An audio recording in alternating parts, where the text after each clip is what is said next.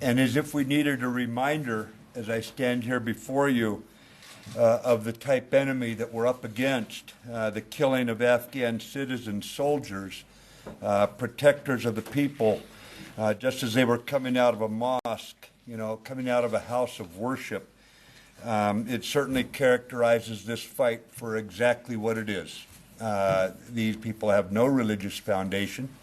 They are not devout anything, and it shows that why we stand with the people of this country against such heinous acts perpetrated by, the word gets used often, I think too often, but this barbaric enemy, and what they do kind of makes it clear to me why it is we stand together. I met today with President Ghani. I'd seen him in Europe about 2 months ago, ladies and gentlemen, and here we had another focused discussion here in Kabul as we worked to align our efforts.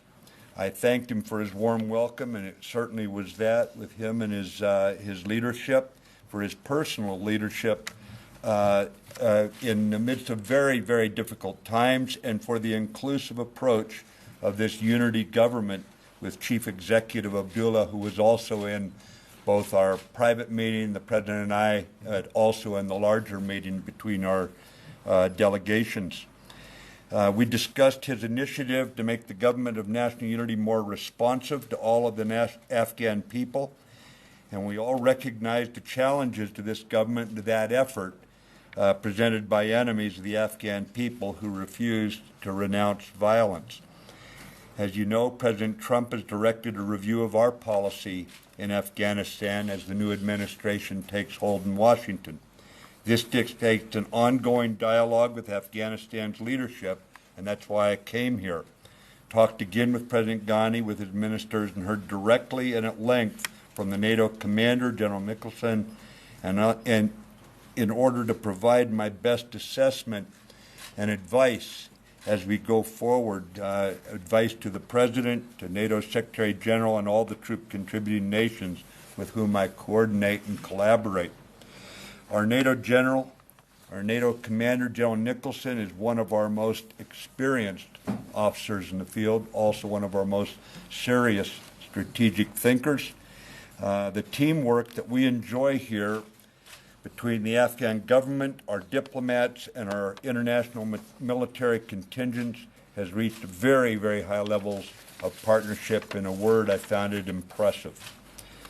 Within the new American administration, of course, our review in Washington is a dialogue with Secretary Tillerson and the President and his staff in the White House. And I'd say that we're under no illusions about the challenges associated with this mission. 2017 is going to be another tough year for the valiant Afghan security forces and the international troops who have stood and will continue to stand shoulder to shoulder with Afghanistan against terrorism and against those who seek to undermine the legitimate United Nations recognized government of this nation.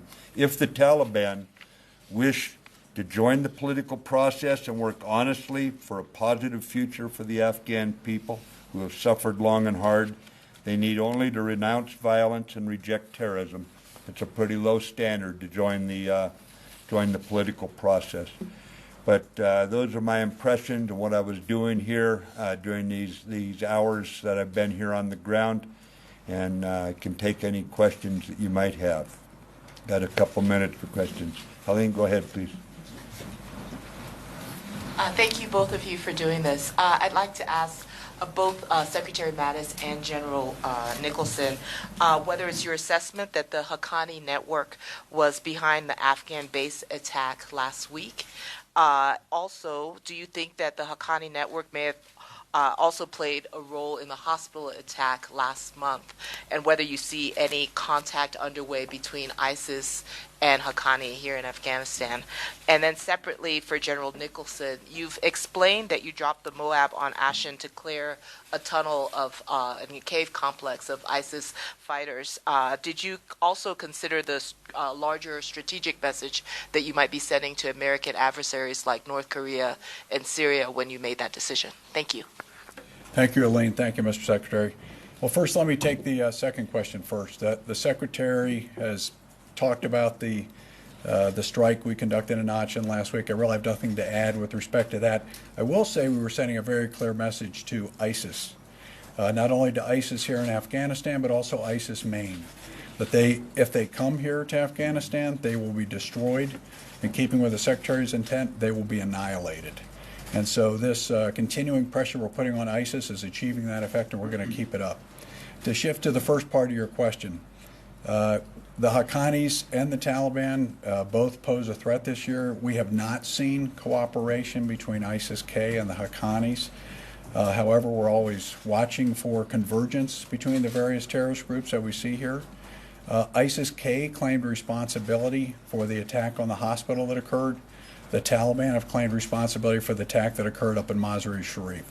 Again, we don't see the connections between those two groups, but in terms of what they did during these attacks, there's very much a connection. As the Secretary talked about in his comments, the level of barbarity and cruelty, shooting patients in their beds, killing young soldiers at the mosque in prayer, they're reaching new lows in terms of their behavior. And this is why the majority of the Afghan people, something like 87%, reject the Taliban and do not want to see a return of this regime. And as the Secretary said, we are open to, I know our Afghan partners are open to having the Taliban rejoin peaceful life here in Afghanistan. Thank you. And the first part of my question, on whether or not is your assessment that the Haqqani network was responsible for the base attack on Friday? We're still developing that, and we'll let you know as we develop more details. The Taliban claimed credit for the attack, but as you know, Helene, the Taliban and the Haqqani are linked. So Siraj Haqqani is the deputy of the Taliban. So we tend to look at them as one quite often. So in the level of sophistication and the way this attack conducted, it's quite possible that the Haqqanis were involved. Follow on this. Hi, Kevin Baird from Defense One. Just to follow, you said you're achieving the intended effects on ISIS growing here. Can you say then for the record, does that mean that foreign fighters are not coming to Afghanistan? Are the numbers dwindling, or are they growing? What's ISIS' ability to sustain it? In short, is it the threat that many folks back home are starting to think that it was becoming? Well, ISIS is certainly a threat globally. ISIS Khorasan province is one of the principal affiliates of ISIS, and so they're attempting to establish their own form of a caliphate here by seizing and holding terrain. As you're aware, we have we've been attacking that caliphate since early last year, reduced it by about 2/3 in size, reduced their fighters by at least half. We've done this through a series of operations. The latest one started in early March. Continuous pressure on them, and we're going to keep going until they're defeated in 2017. Now, they have an aspiration, I think, to move fighters here from Syria. We haven't seen it happen. And in fact, by reducing their sanctuary here, by annihilating them here, it should be very clear to ISIS, there is no space for them to come to in Afghanistan. Yeah. Thank you, gentlemen, for doing this. Thomas Gibbons from the Washington Post. If you two could just address the influx of Russian weapons into Afghanistan and showing up in Taliban hands in Helmand, Kandahar, and Uruzgan, and what both of you, I guess General Nicholson on the tactical and strategic level, and Secretary Mattis on the, diplomatic level, political level of what you're going to do to stop the Russians from sending these weapons in. The Russians seem to be choosing to be strategic competitors in a number of areas. The level of granularity and the level of success they're achieving, I think the jury is out on that. I'll let the general talk about any of the specific weapons and all, but the broader strategic framework that you're driving toward, I would say that we will engage with Russia diplomatically.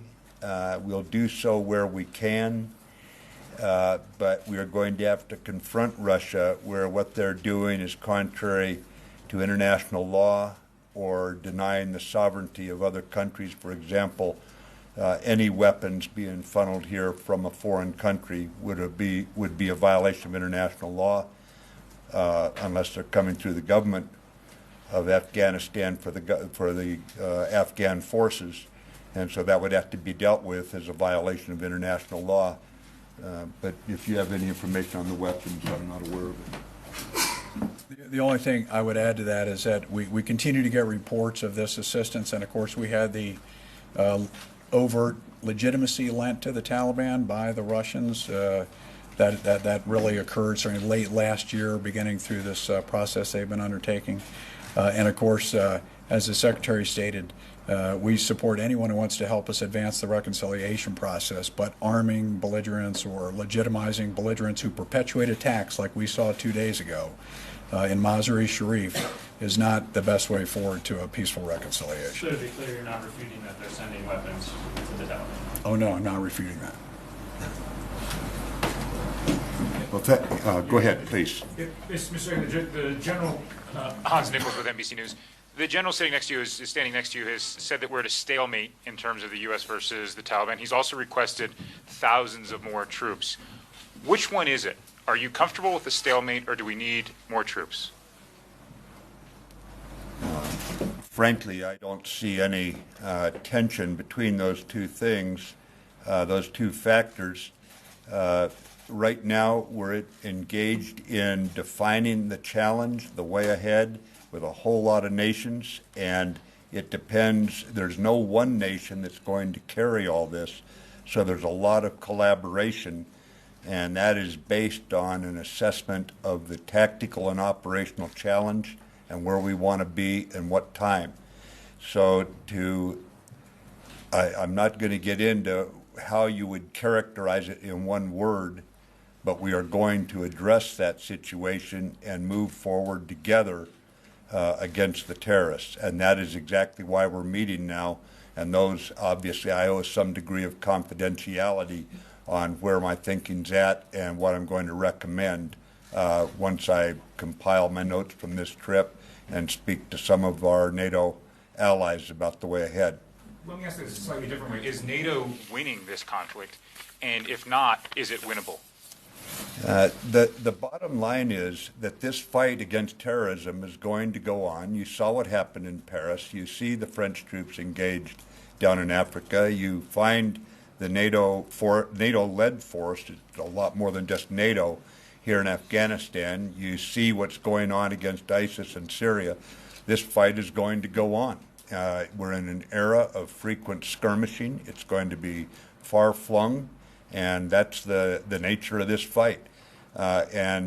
Concise, short definitions in one local area or another do not give sufficient credit to really defining the complexity of the issue. Sure, that's all the time we've got. We got to get you to your next thing. Thank you guys very much. All right, thank you. Apologize we had to cover a little short.